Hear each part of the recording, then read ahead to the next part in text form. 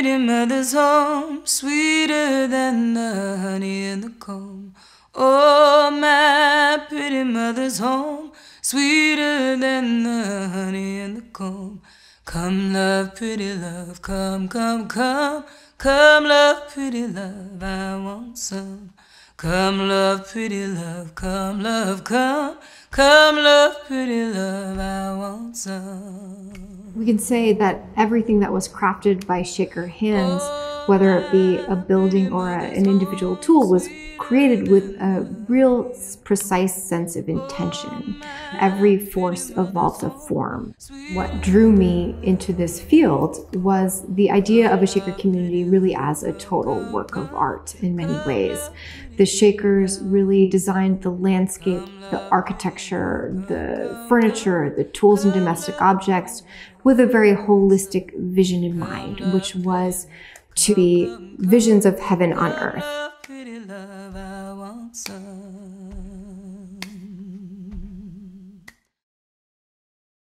Shakers are a Protestant sect that originated in mid-18th century England in Lancashire and Cheshire.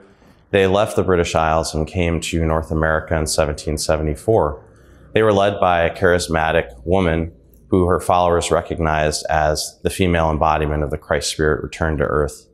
Shakers were celibate, they were pacifist, and following their confession of sins, they organized themselves into intentional religious communities where they held all property in common.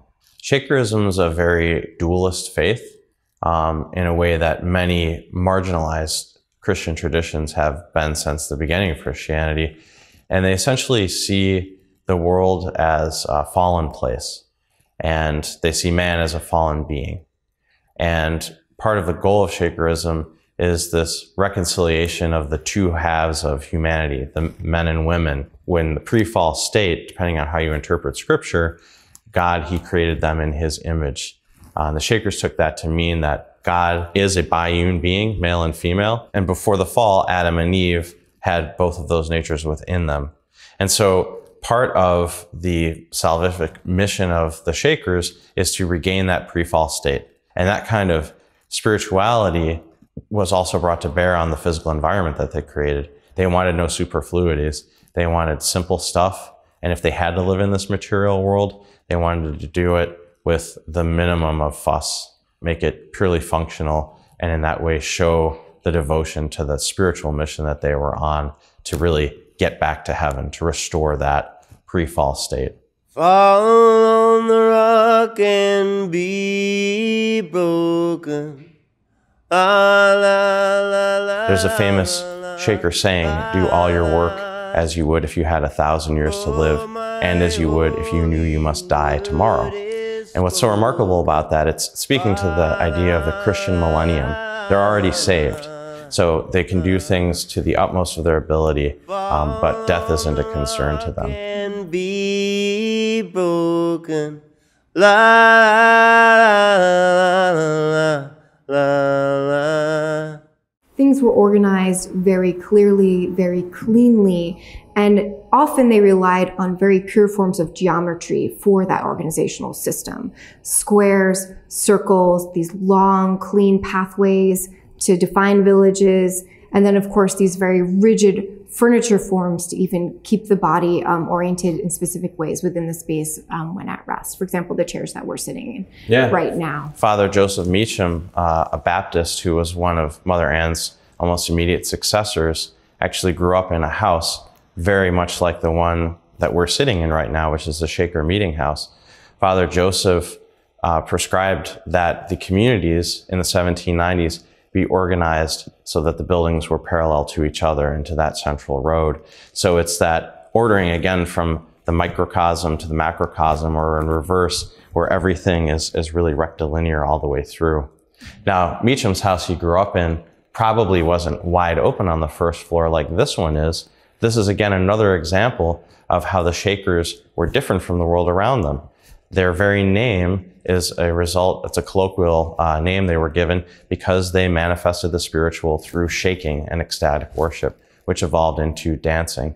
So they had a big wide open meeting room with no Christian iconography, no posts to obstruct the dancing, but they welcomed the public in to observe the dancing and perhaps inquire about the faith. The Shakers represent one of our earliest American vernacular forms of design. At that time, in the 18th century, design objects, whether you're talking about sort of the Pennsylvania region being very influenced by German, we see a lot of neoclassical up here in the north, it was very much based on European prototypes.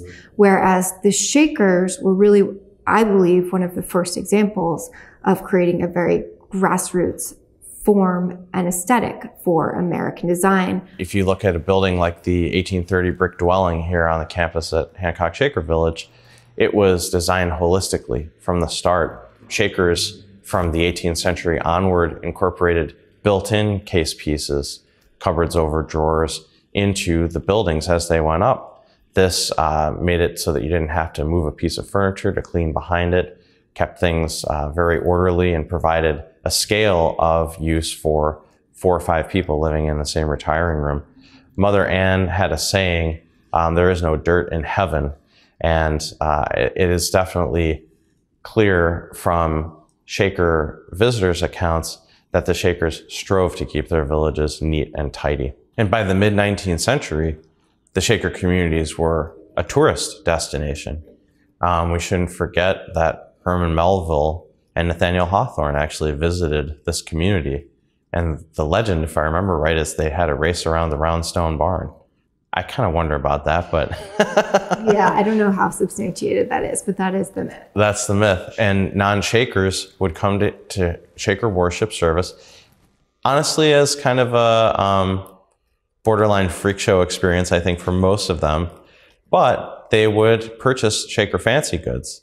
And these goods, which started as these functional oval boxes, by the later 19th century are lined in silk and fitted out with little sewing notions like felt needle wallets and little strawberries made of silk filled with emery that you could sharpen your needles in, wax cakes for waxing your needles. So they were marketing things really geared towards the non-Shaker worldly consumer. So the oval box, which is of course an iconic Shaker form, although it was not by any means invented exclusively by the Shakers, was begun to be manufactured within communities for community use. So you'd see them in pantries, you'd see them in retiring rooms or bedrooms. Often they were brightly colored and they contained objects and materials for use within communities. Every aspect of Shaker design, whether it be the position and relationship of a structure to landscape or the position and structure of a piece of furniture to another or to the human body, was designed with such a sense of intention and singularity of mission and spirit. Brings to mind the window sash in the brick dwelling. The same with the pin board or peg rail that surrounds us even in this room. It's a Shaker recognition of the need to hang things up. And you want to do it in an orderly way. So we see historic illustrations of Shakers come to the meeting house and the women hang up their bonnets and their cloaks, and the brethren hang up their overcoats and their round hats. And you can see there's more than enough pegs here to accomplish that purpose. Mm-hmm. Yeah, the peg rail is a great example of a very specific purpose-built form in this space, as you mentioned, for hats and coats. But then we see it in other spaces on campus, for example, the retiring rooms, and even some of the workspaces where it is more ambiguous and almost as if they're creating space for an evolution of purpose or even a spirit of experimentation, which I think also pervades Shaker design as we're looking at it over time. We're sitting at the foot of the Shakers' holy mountain, Mount Sinai, and there's a brook that comes down. The Shakers caught the water from the brook in a large reservoir, and for most of the community's history, there was an undershot wheel here that was used to turn all kinds of woodworking equipment and laundry equipment in a shared gender facility, the laundry and machine shop, that's just to the south of us. By the late 19th century, the Shakers realized they could get a turbine, which would be far more efficient to make these machines work. So they retrofitted everything, and the brothers even installed a special adaptation for the sisters. There's a very small sliding door on a panel board wall in the sisters' laundry that they could open to reach through to turn the water on or off. They're still wanting to keep the sexes separate as much as possible, but certainly want to create an equal work environment. The idea of rerouting entire waterways to facilitate work in these villages, the idea of that is just so astounding. And it not only powered the laundry machine shop, but also was fed to the dye house, where the Shaker sisters would dye bolt upon bolt of textile as well as skeins of yarn, many of which were spun and woven here in the village from the merino wool or flax that was harvested on site.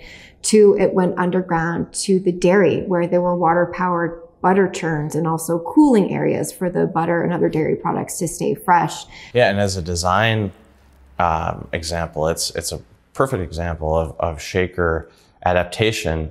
Every farmer that had cows around here had a dairy barn.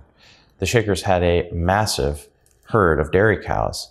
And so they sought to have the most efficient way to house them, feed them, milk them, provide a haymow for them, and collect their manure. So the building essentially functions as a machine.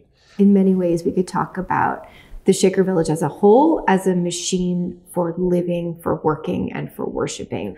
There were many, many component parts that were built and developed and evolved over the course of the history of this village that helped it come together and become a very productive entity. Farewell, earthly joys. They created worlds for themselves to live and worship in. And as a result, their sense of architecture, their sense of design, which was very much inspired by their community and their beliefs in union as a community, to create this very holistic view that integrated architecture, landscape, and everyday domestic objects and tools. I don't know if that made sense. It did until you did that. Sorry. Whoops. Something that is permanent, the world cannot destroy.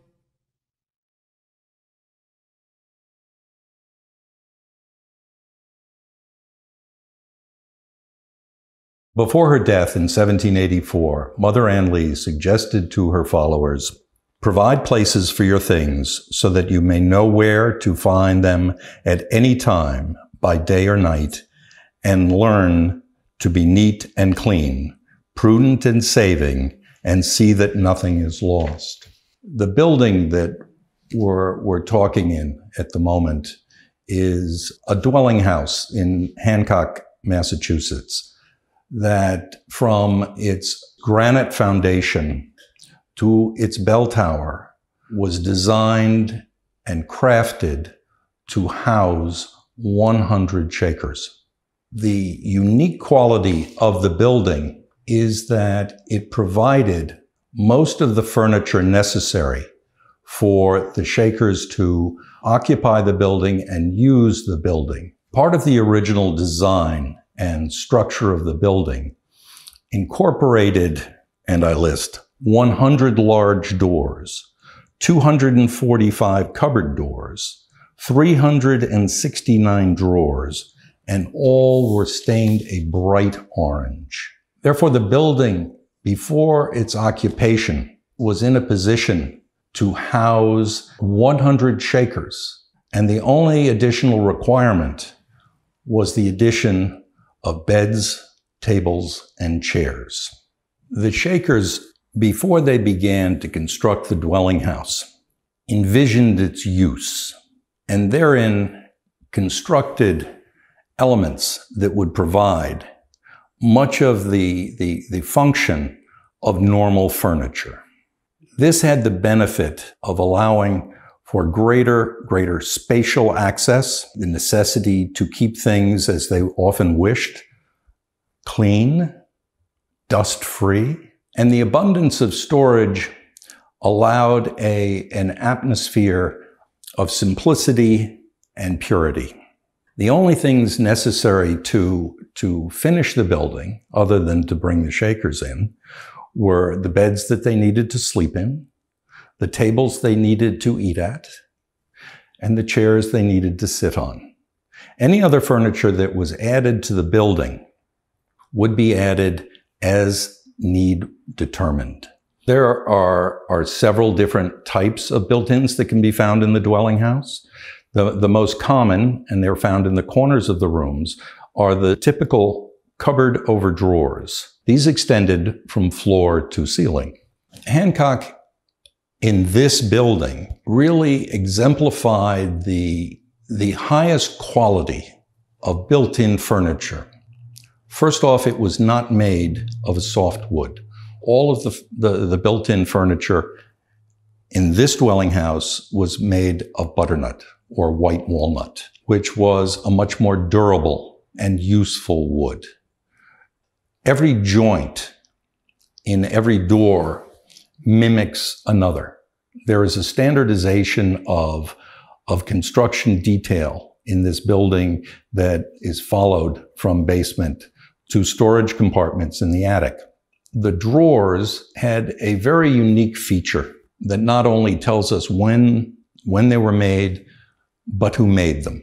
There's a unique feature that was employed by two craftsmen here at Hancock by the names of Abner Allen and Grove Wright. And these fine cabinet makers had a signature construction detail on the drawers that adorned all of the built-in case pieces. And that is that the sides of the drawers tapered from top to bottom, so that basically the interior well of the drawer was a trapezoid and not a rectangle. In the dining room, there are two built-ins at either end of the room, one on the brethren's side, one on the sister's side. These double doors open to what the Shakers called sliding cupboards. These, in fact, were what we would call dumbwaiters and were connected to the kitchen, which sat directly beneath the dining area. These sliding cupboards facilitated the movement of food, of dishes, of silver, all of the necessary materials that the Shakers needed several times a day for their meals, for setup and for cleanup. When not in use, doors concealed them, and they were not part of any of the known footprint of the room.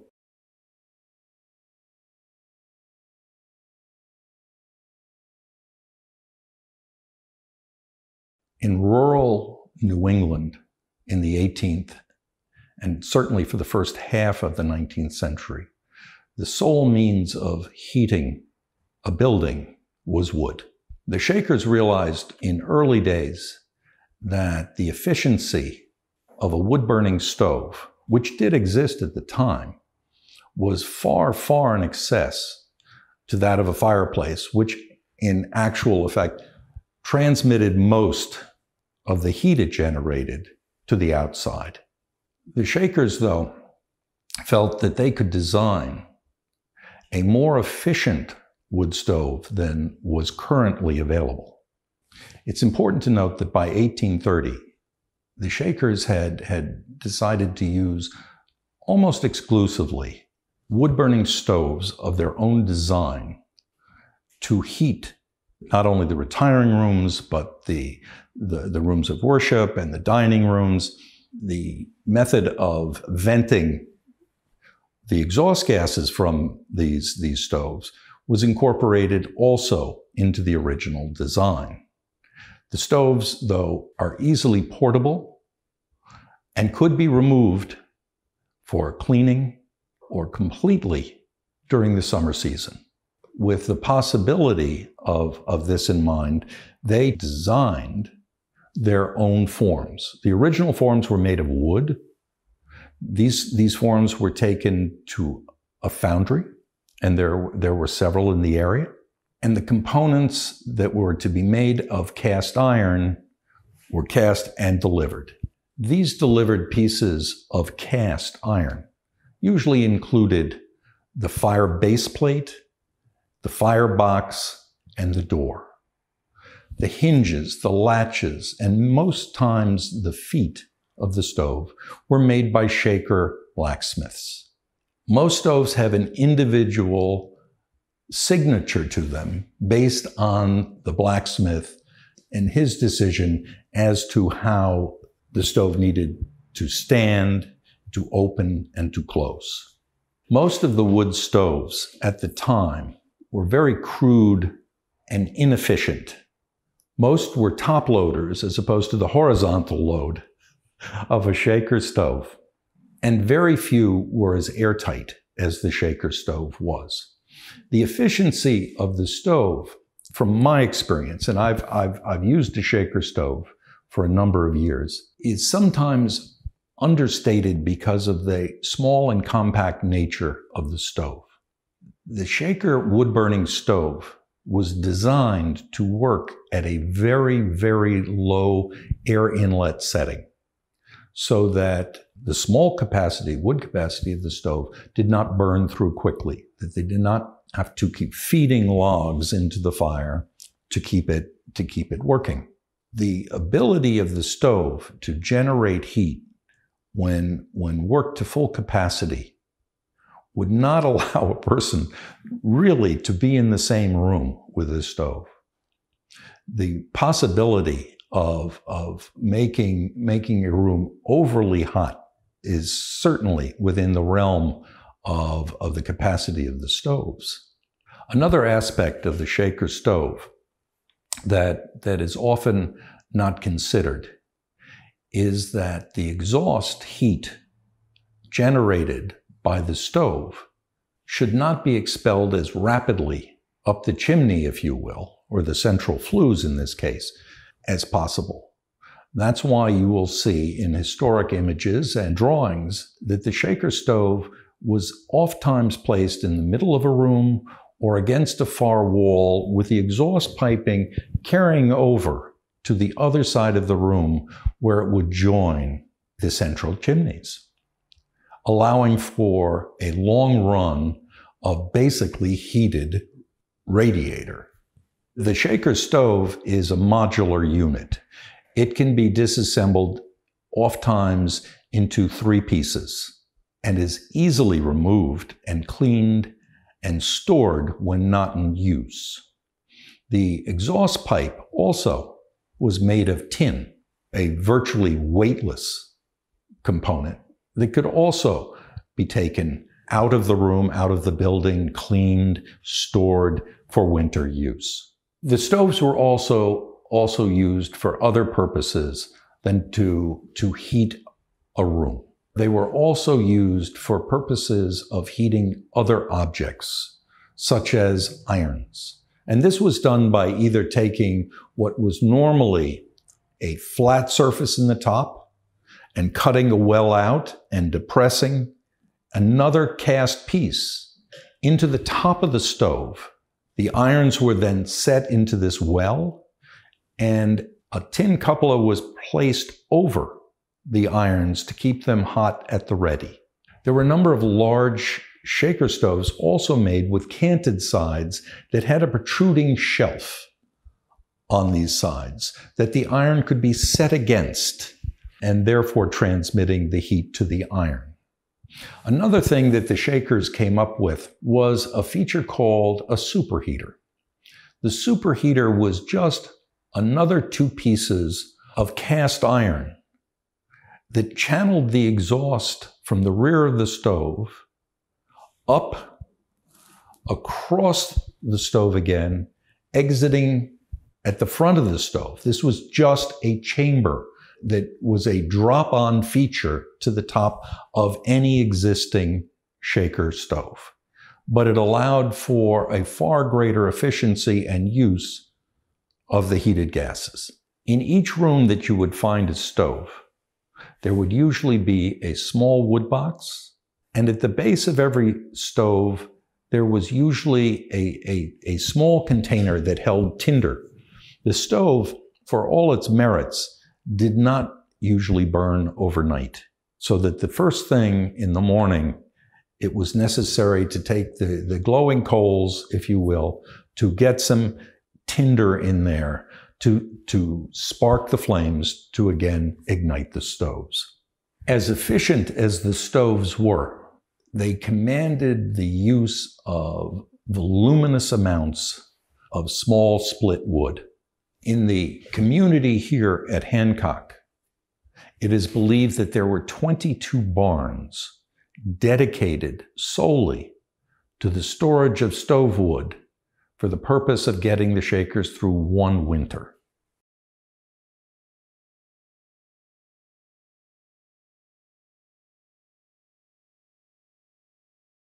The standard form of container used to hold dry goods in the 18th and 19th century was a pantry box. The Shakers did not invent the oval box. What they did was refine it to a level that it was more successful and repeatable. The Shakers decided on the oval form because they felt that the interior and exterior were more adaptable to containing different things and being stored in different ways. The Shakers looked at the pantry box and saw that in its construction, it had flaws. The flaw usually had to do with the way that the overlapping sides of the box were joined. The rims, the Shakers called the sides the rim, had a propensity to buckle and crack over time. This occurred because there is a normal organic response to seasonal conditions that wood goes through. The Shakers developed a unique form of lapping or overlapping one part of the bent wood body of the box to the other. These swallowtails, the Shakers called them swallowtails, most people today call them fingers, were secured to the box in a manner spaced as this to allow for this seasonal expansion and contraction of the wood.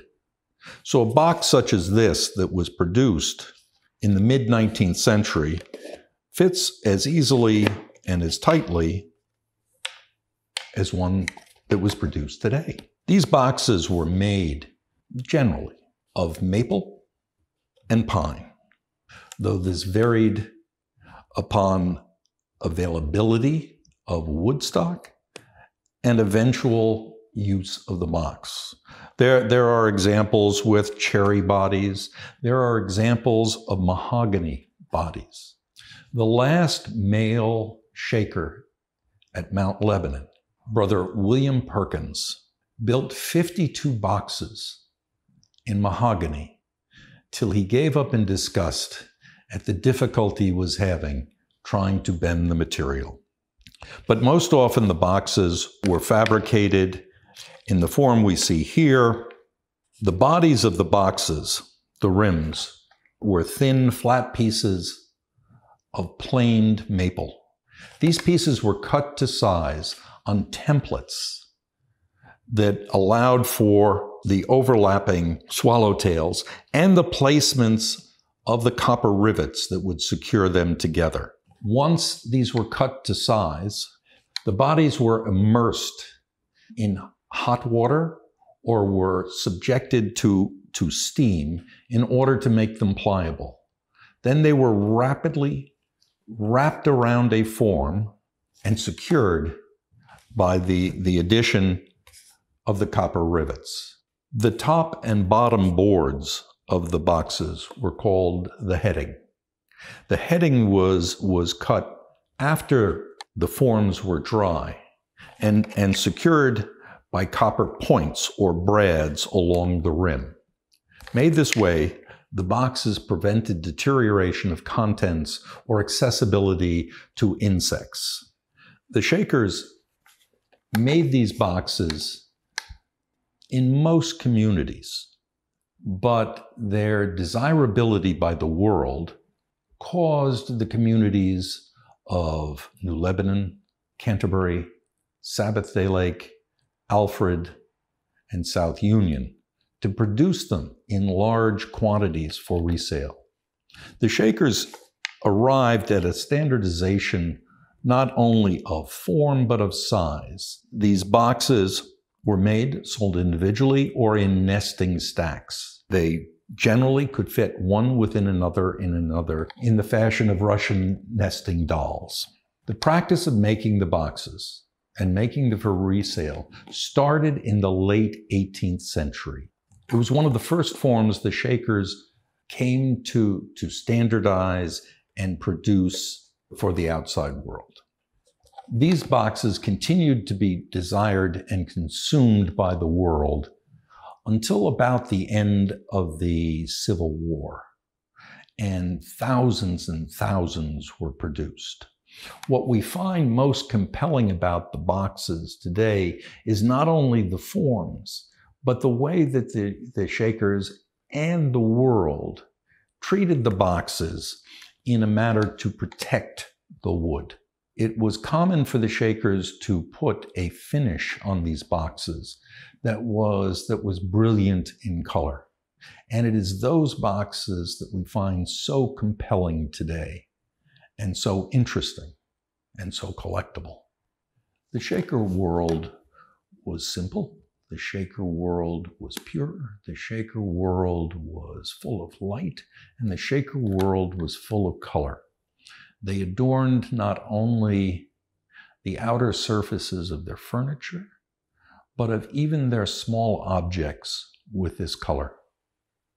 Though the colors over years changed in meaning, the colors that they employed predominantly were the reds and the yellows and the greens and the blues that we find not only in their dwellings, in their furniture, in their chairs, but also in their boxes.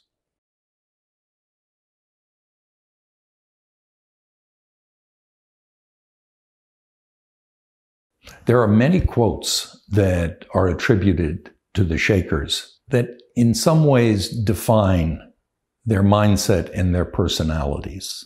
But in 1984, Sister Mildred Barker told Ken Burns, who was in the process of making his documentary, The Shakers, that she did not want to be remembered as a chair.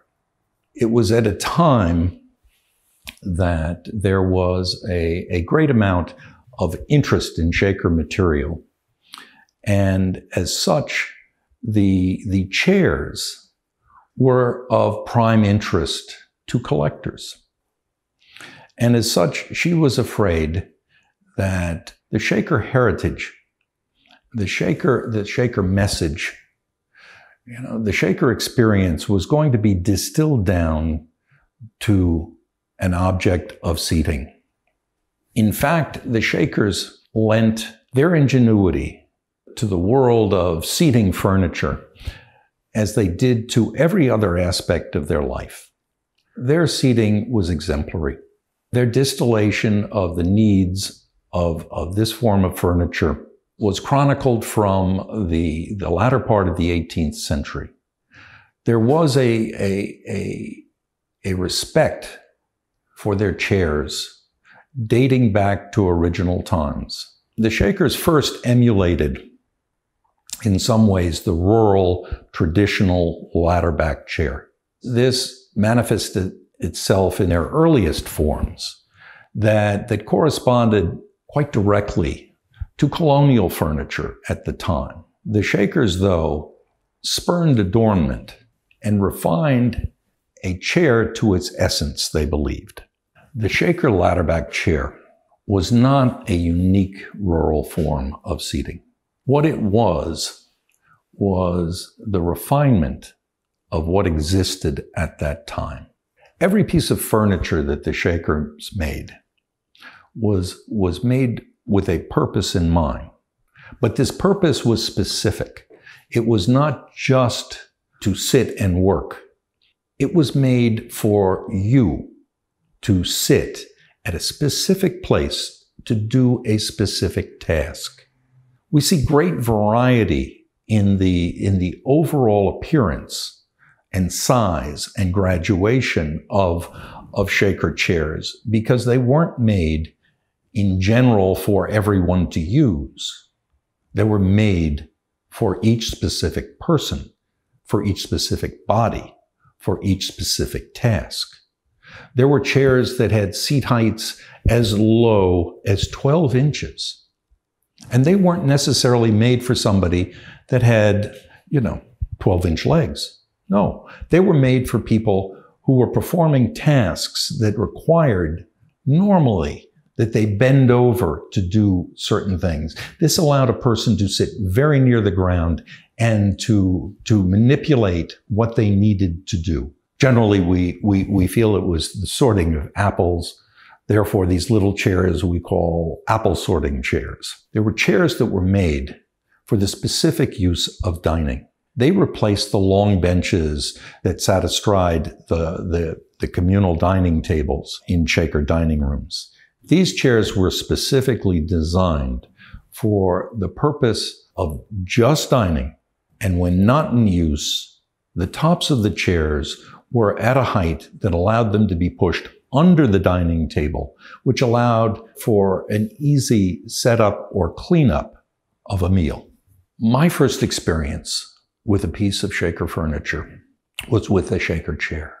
And what intrigued me about the chair was that this ladderback chair had a special Shaker innovation fitted to the ends of the rear posts at the very bottom.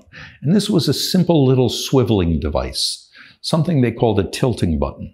And what it allowed the chair to do is to stay firmly planted on the floor when one rocked back on the chair. The reason for these buttons were that chairs were made of a hardwood. Floors were simple pine. Every time someone relaxed back on a chair, serious depressions were made in floors. And over a period of time, you had a sort of a cobbled floor, and those depressions could not be taken out. The quality of the Shaker chair was not lost on those outside of the Shaker communities. Over the early part of the 19th century, there was demand for these chairs, which the Shakers satisfied.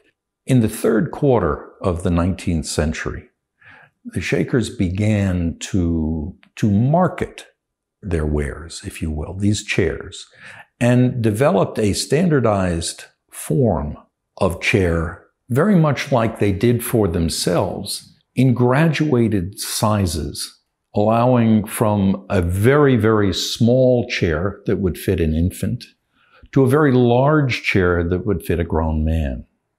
And in total, there were 8 sizes. There was a size for every possible body that would require one. And they produced chairs of a similar form by allowing for a standardized, interchangeable componentry.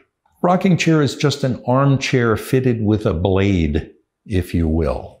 It all was interchangeable. There were significant differences between the chairs that the Shakers made for themselves and the later chairs that they produced by incorporating less handwork and more mass production. When the Shakers made a chair for themselves, they turned 2 posts at a time. When they made a chair for the world, they might do 200 or 2,000 posts at a time. In a Shaker chair, the slats in the back would be graduated from small to large, bottom to top. In a production chair, the slats are all uniform.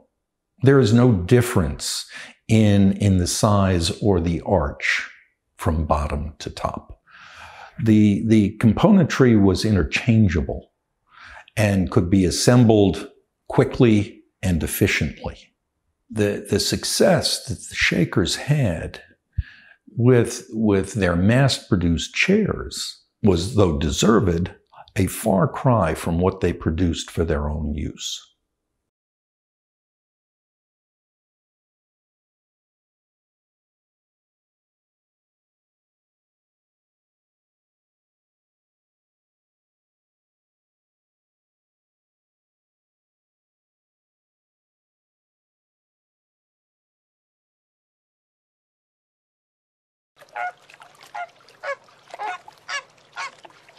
you.